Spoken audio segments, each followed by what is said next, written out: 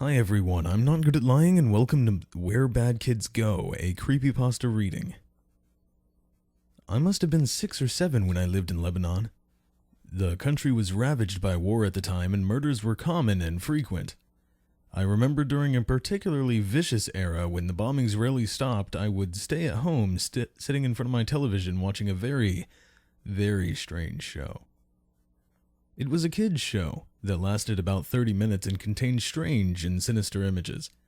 To this day, I believe it was a thinly veiled attempt on the part of the media to use scare tactics to keep kids in place, because the moral of every episode revolved around very uptight ideologies.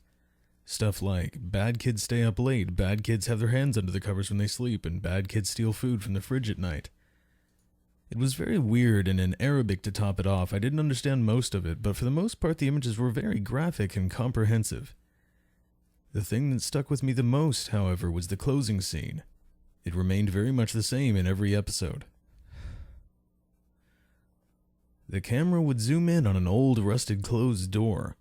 As it got closer to the door, strange and sometimes even agonizing screams would become more audible. It was extremely frightening, especially for children's programming. Then a text would appear on the screen in Arabic reading, "That's where bad kids go." Eventually, both the image and the sound would fade out, and that would be the end of the episode. About 15 or 16 years later, I became a journalistic photographer. That show had been in my mind all my life, popping up in my thoughts sporadically. Eventually, I'd had enough, and decided to do some research. I finally managed to uncover the location of the studio where much of that channel's programming had been recorded. Upon further research and eventually traveling on site, I found it was now desolate and had been abandoned after the big war. I entered the building with my camera. It was burnt out from the inside. Either a fire had broken out or someone had wanted to incinerate all of the wooden furniture.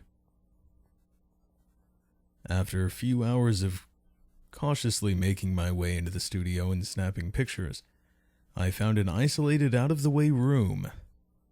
After having to break through a few old locks and managing to break the heavy door open, I remained frozen in the doorway for several long minutes. Traces of blood, feces, and tiny bone fragments lay scattered across the floor. It was a small room and an extremely morbid scene. What truly frightened me, though, what made me turn away and never want to come back, was the bolted, caged microphone hanging from the ceiling in the middle of the room.